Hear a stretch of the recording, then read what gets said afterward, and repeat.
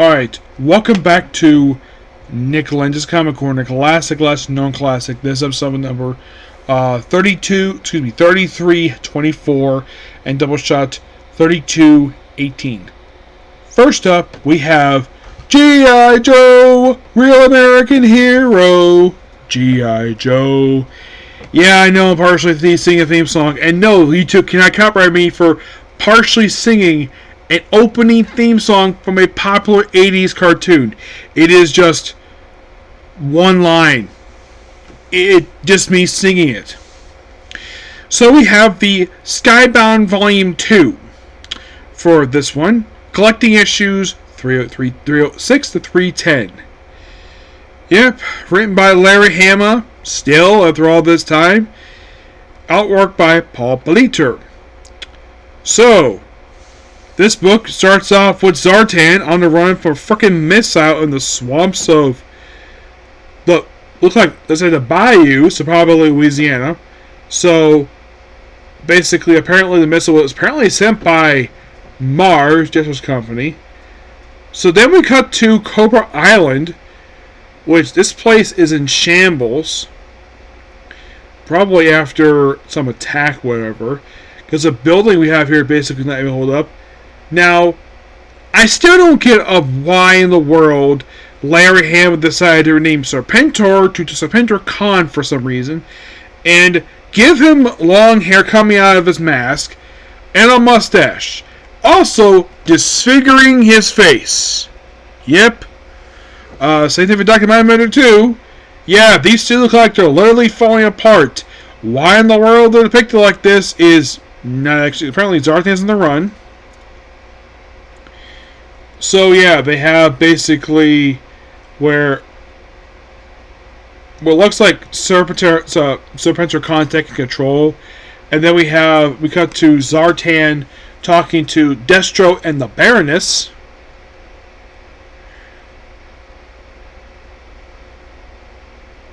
So apparently Serpentor Khan, according to Zartan, is taking control of Cobra Island. Cobra Commander is in Springfield. And you have Destro here with his girlfriend, the Baroness. Yep.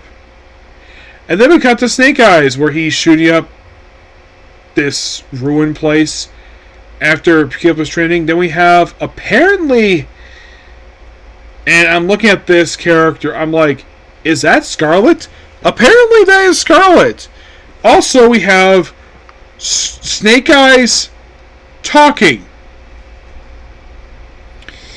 Yes, because I think, if I remember correctly, I think that the original Snake Eyes actually died, and this was the replacement. Because he died at some point in the original Marvel comic books, and then you get this replacement. Yeah. So we had these people going to Springfield.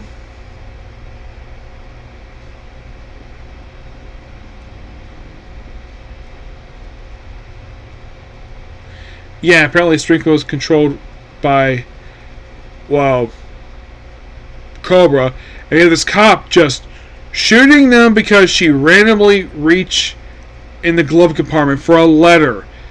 And then this comes basically after a woman, Dawn, who turns out to be Jinx.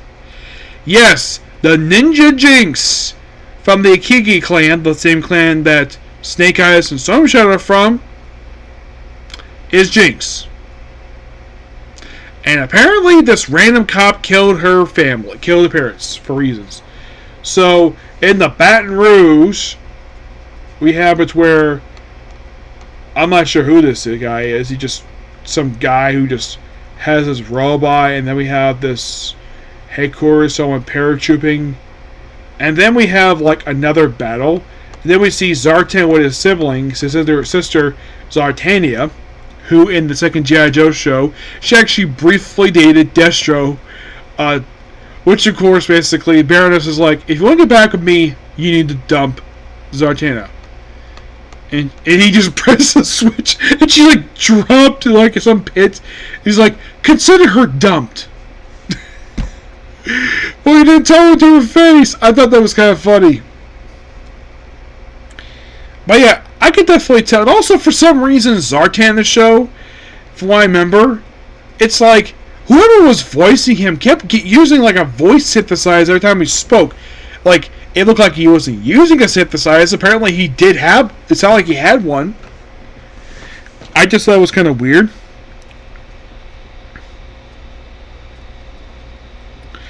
And the back with the Dreadnoks, who was Zartan's group. And Serpentor Khan, it's like he went to some battle because his cape is in tatters.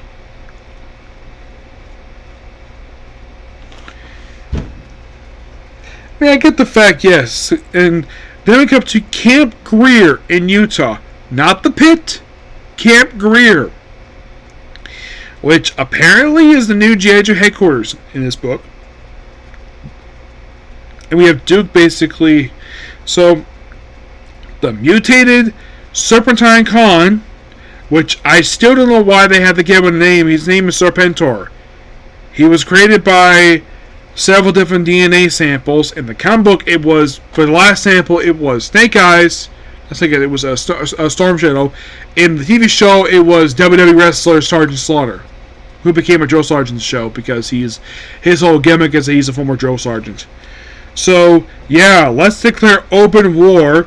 By the way, so he did do this once and never did it again. So it's like, yeah, the fact that then we cut to the pit. We're like, oh yeah, we have, like, by the way, Storm Shadow was part of G.I. Joe.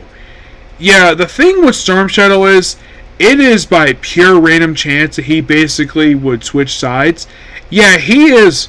I mean, some people tend to think that Big Show has had many more face and heel turns. Tell the frickin' Storm Shadow, he keeps changing sides. But yet, in this book, under Skybound, he stays with G.I. Joe. He does not go back to Cobra. So, yeah. You have the Sea Canal, and then, of course, they have the Joes just attack Cobra Island. Then you have Cobra Commander, who's basically informed by stuff going outside.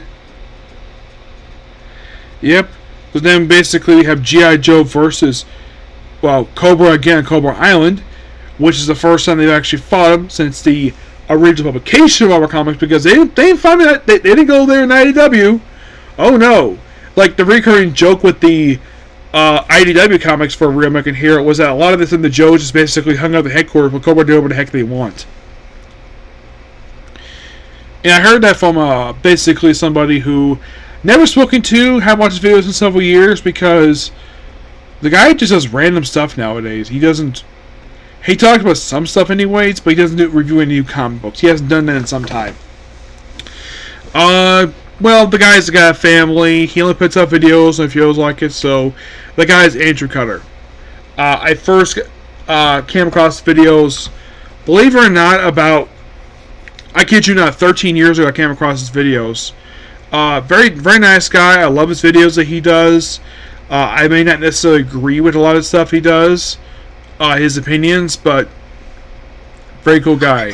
And I think he was one of my earliest subscribers. Yeah, I think he does subscribe to my YouTube channel. I don't remember if he still does or not. But he has the name of Andrew Cutter 2. He's from Massachusetts. I've never met him in person. I've only chatted with him on his channel. He mostly occasionally has Q&As. I occasionally ask him 5 questions. The thing about him is, when I first got into watching his videos, he was a big Batman fan. One of like 2 guys. The other was Josh Hayes. Josh Hayes, for some weird reason, decided to stop making videos. He pretty much deleted his YouTube channel for reasons. I don't know what the reason was. I haven't watched his videos in several years, but went to his channel and there was nothing there. It's like the guy just ceased to exist for reasons unknown to me. Maybe he just gave it up because it just seems like people who are on YouTube for quite some time basically just gave up because I got sick of it. Me, I've never gotten sick basically. I've never actually gotten tired of doing videos. I've done videos now for 12 years, making these videos, and I've enjoyed doing every single one of them. Heck, I even changed. This is the 3rd time program I've used to create videos. First, it was YouTube Create Video. Yes, I used that for a while, and then they discontinued that. If you know my early videos, the reason why sometimes basically I would rant at my videos, basically I would do that. The main reason why I did that was because of the Wi-Fi I was using at that point, and the videos just kept dying on me. Like, I'm recording for basically maybe 10 minutes, and then just error. I generally have the issue a lot. So, it was like the first few years, and then I switched over to a different program, which that worked out perfectly fine for me. I used that for quite some time until I got myself a new laptop, and then I got a new program, which been using perfectly fine. Anyways, back to the comic. So yeah, a lot of this book is basically Joe versus Cobra on the island. Jinx does run into basically the guy who shot her father. And lots of chatting here. There's a funny bit basically where we have a Viper's going through the paperwork.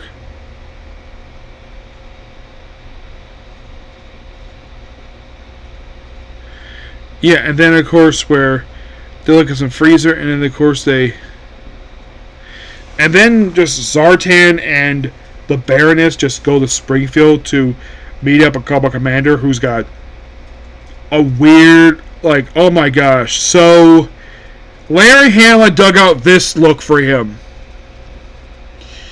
Those of you curious, yes, that is Cobra Commander. And you're like, what the heck is this? What is that? That's Cobra Commander. That's not Cobra Commander. Yeah, it is. And you're like, how would you know that, Nick? Simple. He starts sporting this when G.I. Joe American Hero went past issue 100 for some random reason. I don't know why the book did this for.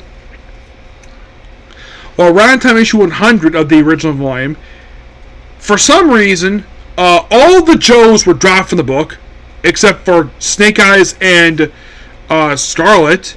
Yeah, all of them were dropped. It became basically a Snake Eyes book for the last 5 years of the book. And Cobra Commander, for some weird reason, put on this outfit. It was the mid-90s, so I guess I figured, oh heck, but why not? And it was all thanks to that we got G.I. Joe, we got Transformers Generation 2, but that's something else together. So, yeah, so Cobra Commander basically goes out. It's when people see it, it's who's this random guy claiming Cobra Commander? Like I said, I know it because I read all the previous comics before this. Not when they came out per se, but I have read over the years. So yeah, and it's all hail Cobra Commander, and we have the twins basically just go into, it's a massive melee. And by the way, does Jinx kill the guy who killed her parents? No, she ends up saving his life with the jaws of life for some reason. Yep, lots of massive attack. Oh yeah, let's take this section for reasons.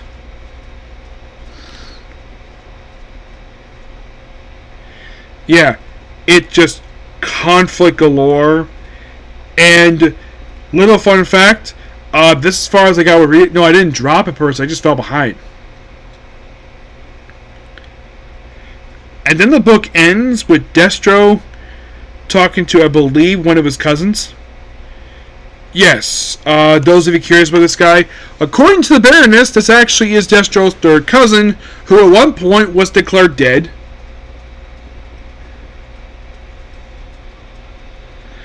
And he says, call up the iron grenades, we're on the heavy transports, we're going to Springfield. And that's the book. Quite interesting book per se. It just, massive conflict. I need to catch up with the book per se, but that's the whole book for that one. Okay, but we're not done just yet. Next step we have is Teenage Mutant Ninja Turtles. Black, white, and green. Yep, it's basically IDW's take on the Marvel's black, white, and red, and also, yeah, basically the whole thing black and white with a little bit of color in there. This time in green would make sense. And this is basically an anthology book. One of the stories actually takes place in the main IDW continuity because of the looks here. So yeah, it's roughly 5 issues. So these are the stories. Green screen artwork and writing by Dick and Selby.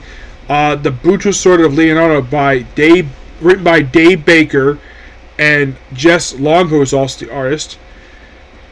The Flame Fuels to Get You, written by Gigi Gautrix and Lorenzo Hall. Gigi also does the artwork. Story for Identity of Story artwork by Paula Gauchu. Buddy Count, written and drawn by Gavin Smith. It by Feast or Famine, written and drawn by Tyler Boss. Deadly Delivery by Mikey Way, artwork by Nicola Chesmiga. The Green Dodger by Javier Rodriguez. Right now, the other stories are The Beast That Bleeds Green, written and drawn by Jock and Dave Roden. Sin Sewer, written by Dave Bowles, art by Riley Ruspo. Good choice. I do love the guy's artwork. Miami Vacation, written by Carlos Guffey, art by Alexis Art. Green Means Go, Cameron Suck does the writing, Michael Sheffer does the artwork. Legends by Lee Gerbert. Shredder, Caught on Things by Grace Kane, art by Chris Charleston Thorne. Does the Android Dream Electric Sheep, which to take on the story that was after iRobot. Written by Jeremy Hall or by Sebastian Perez. The Book of Splinter, written and drawn by the awesome Patrick Gleason.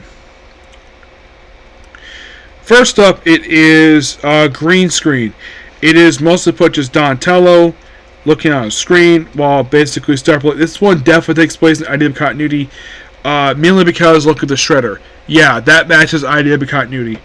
Yeah, I can tell what continuity it's based on the way characters look, and then dealing with Letterhead here. It's basically Donatello looking from the screen. And that's it for now. It's just a quick short story here. The Bruce and Leonardo. This is the one that Dave Baker does the artwork for. It is mostly put a Leonardo story. We actually come up with and then we have a black and white story here by Gigi Dogrix, where it is focused on Michelangelo. Where it's basically him trying to do stuff on his own. And then we have Identity Theft, which is another Donatello story. This one, based on the artwork, is taking place in the 2012 continuity.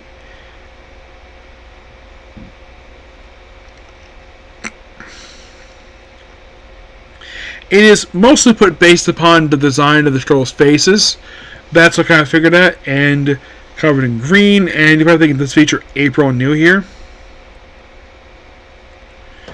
Well, no April, but basically look at the lab. Yeah, it's basically based on that. And here's you have Buddy Count, which take the heavy metal comic Body Count, and this is a story featuring Casey Jones in the IDW continuity, where it's basically just a solo story for him, and Raphael just shows up, beats people up too with him. And then after this, we have the Feast for Famine. This is a comic book. It's about Michelangelo.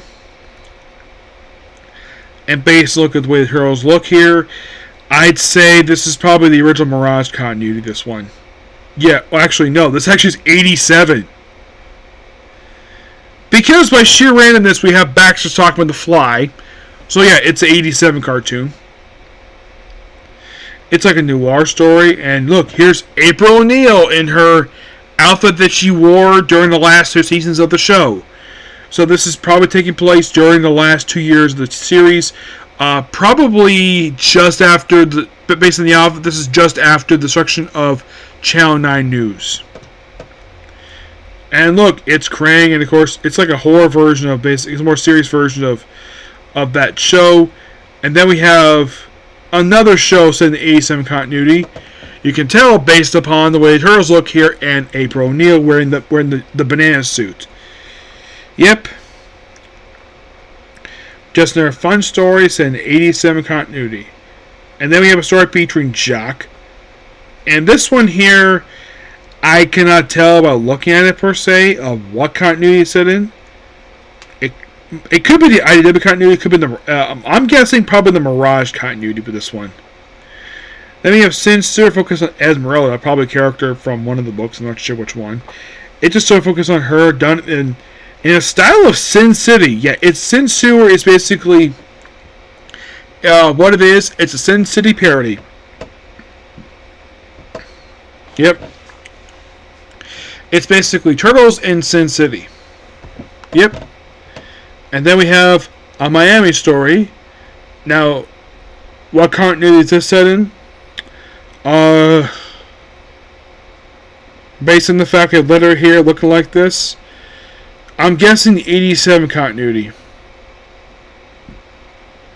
Which makes it the third story set in the continuity somehow. Then we have Green Means Go, which is, like I said, this is like the fourth one set in this continuity. Yeah, the artists love depicting stories in this continuity for some reason. It's more of a serious take on it. And you can tell based upon April O'Neil wearing the banana suit. And of course we have, well, this is kind of interesting. It could be 87, but then Baxter's time here is black with Mouser. So it could be the 03 continuity. That is possible, but I'm guessing it's probably 83 continuity. 83, it's more like, well, actually no, it's not 83, it's actually IDW continuity. Mainly because of the way Turtles look here. Yeah, that's the IDW continuity there. Legends, it's basically, this is just an earlier story for Turtles. Basically, this feels like IDW continuity. Anybody think, is that it? Nope. They have Turtle News, Shredder gets on things. This is basically Mirage Continuity Turtles. A joke on them. Yep, I wonder how Kevin Smith felt about this. Yeah, this is definitely Mirage Continuity, based on the style of artwork this is. I think so. For like one page. And then for some random reason we decided to go to the live action continuity based on the Shredder here.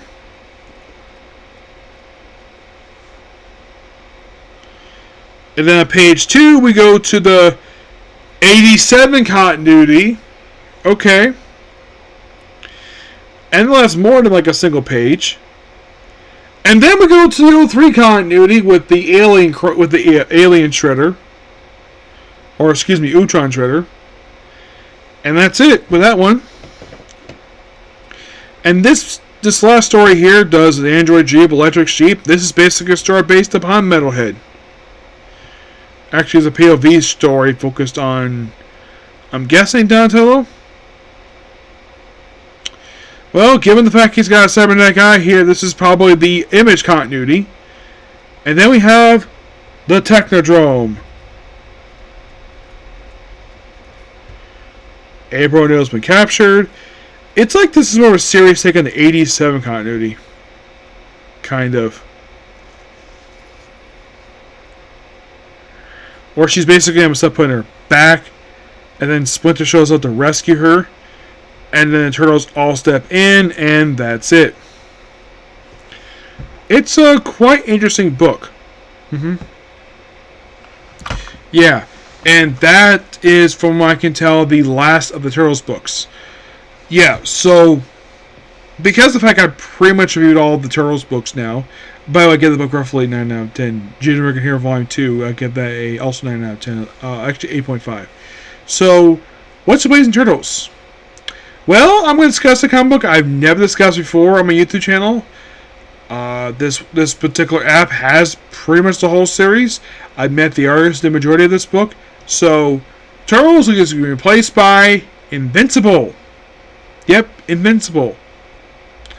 Yep, because Turtles is pretty much all done until they release something else on here. G.I. Joe, of course, next book for that one will be another one of the Skybound books for that one. Which one you'll find out later on. So, that's pretty much it for the particular video. Please be sure to like, comment, subscribe, turn notifications. Next up is New Saga. Okay, thanks for viewing. Bye.